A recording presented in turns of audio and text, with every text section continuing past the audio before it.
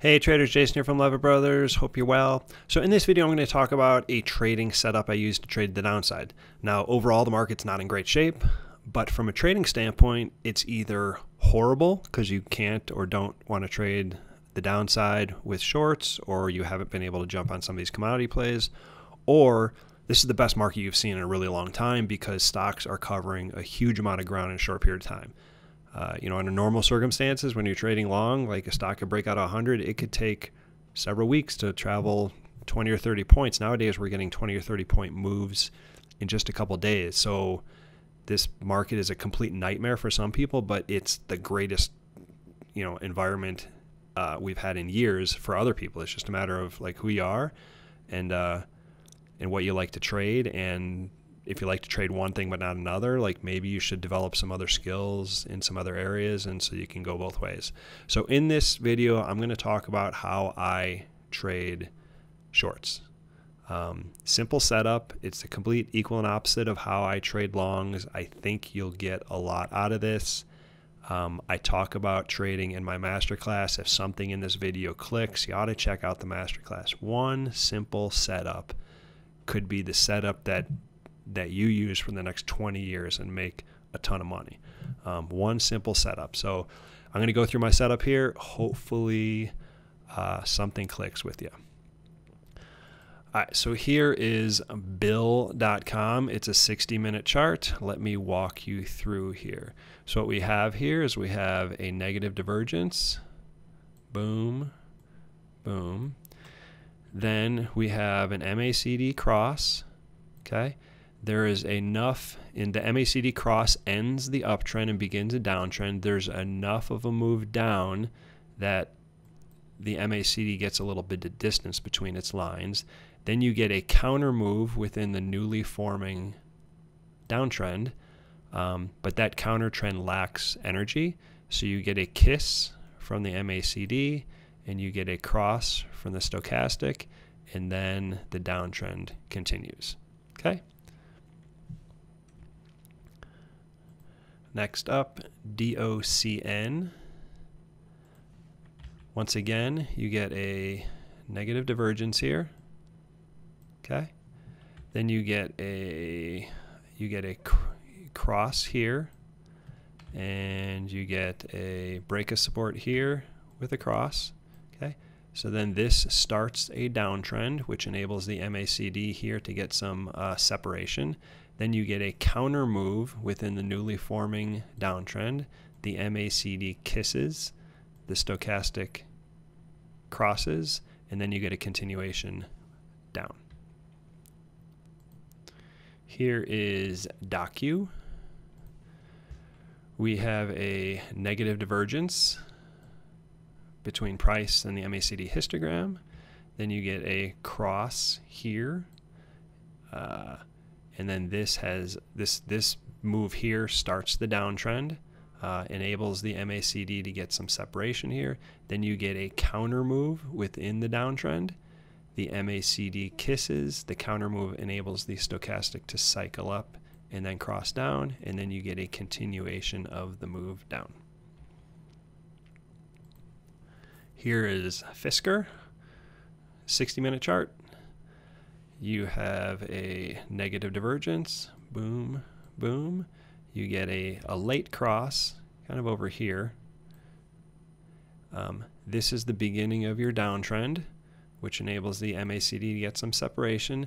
Then you get a counter move within the downtrend, and then you get a kiss and a cross, and then a continuation of the move down. Here is GTLB. It's a 2-hour chart. You get a negative divergence. Okay. Then you get, negative divergence. You also get, a cross here. So you get a cross from MACD, a break of support, and a cross here. This is a big enough move down to end the uptrend and start a downtrend.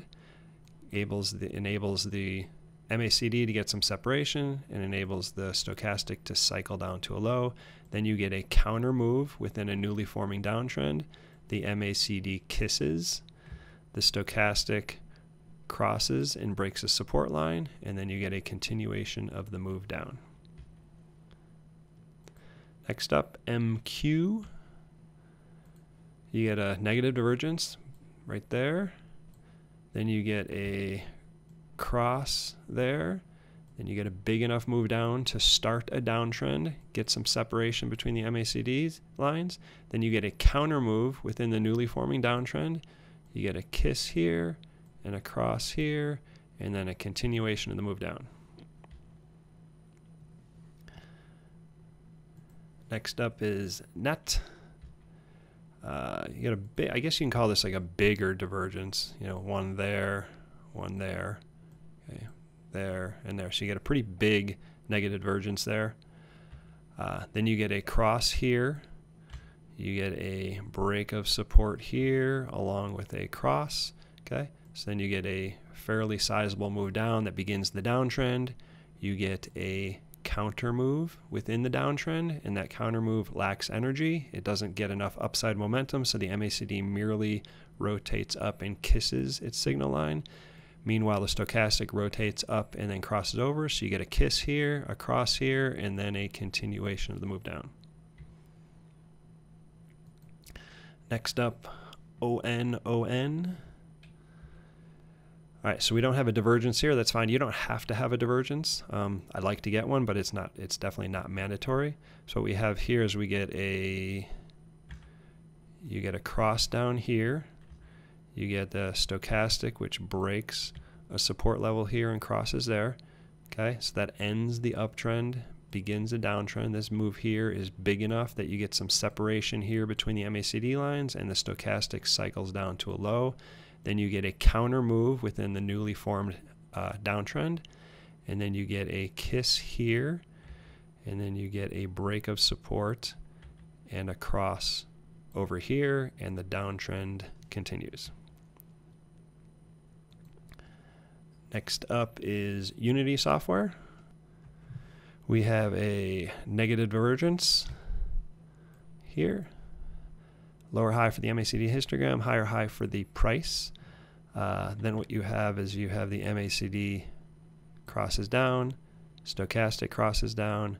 We get a big enough move down that this MACD separates, stochastic cycles down to a low. You get a counter move within the newly forming downtrend. You get a kiss from the MACD, you get a cross from the stochastic, and then you get a continuation of the move down. Next up, XLF. So we have a divergence played out over several days. This is a 2-hour chart.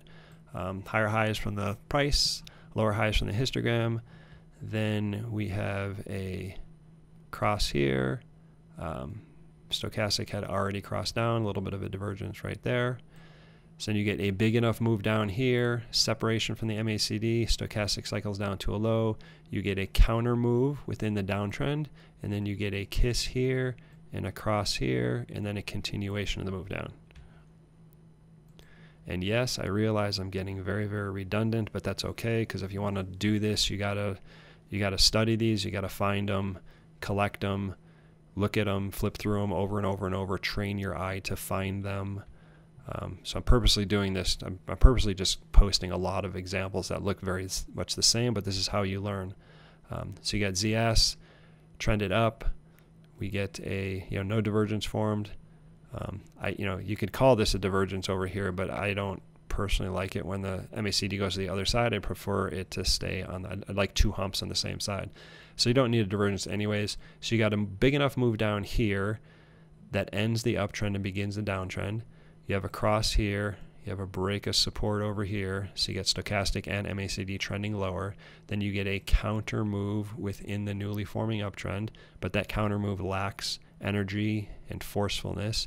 You get a kiss here, you get a break of support, you get a break of support and a cross there, and then the downtrend continues. Next up, AI. All right, so again, no divergence here, but you get a cross here. This had crossed. you get a big enough move down to start a downtrend, then you get a counter move within that newly forming downtrend, but that counter move lacks any type of upside momentum, or I should say it couldn't regain its upside momentum. You get a kiss here, you get a cross here, and then price continues down. A couple more. Here is BICG, Big Commerce. So what we have here is, so you have a cross here. You have a stochastic fell off a little bit of a shelf and cross there. You get a big enough move down here that starts the downtrend. You get a counter move or a rest within the downtrend, but no upside momentum is able to build. So you get a kiss there, you get a cross there, and then a continuation of the move down. A couple more. Chewy. So here we have a cross here.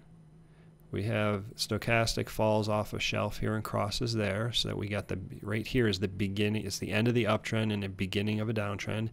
Then you have a counter move within the downtrend, but that counter move is not able to gather any momentum, so the MACD never crosses up, it merely kisses here. Stochastic rotates up and crosses there, and then we have a continuation of the move down. GDRX. It's a 2-hour chart.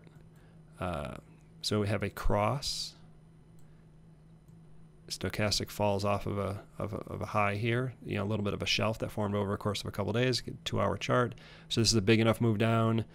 Gather some downside momentum, cause the MACD lines to separate, cause the stochastic to cycle down to a low. Then we have a counter move within the downtrend, but the momentum can't build to the upside, so you have a kiss here, and you have a cross here, and you have a continuation of the move down. And that is it. Okay, simple setup. These have been playing out all over the place. I use them on the 1-hour chart and the 2-hour chart. For some people, this market is horrible, okay? Which it shouldn't be, because even if you don't like going short, there are plenty of, whether you're playing oil or a lot of other commodities, or gold is perking up and silver is just now perking up. No reason to think that this is a bad environment. It's just a matter of shifting from one group to another based on what's hot. So it should not be horrible for anyone. If you're a long-only trader, there's plenty of good setups to be had. But if you're willing and able to go short, there's these setups are forming like daily. Like every day there are shorts to the downside. So this is a simple setup. Hopefully you could grab a nugget or two out of it. And if you like this kind of setup, hey, go check out my Masterclass, because I have an entire class on how to trade. And one good trade pays for the class, and then that one trade could last you 20, 30 years. So go check it out at the link below this video. All right, see you next time.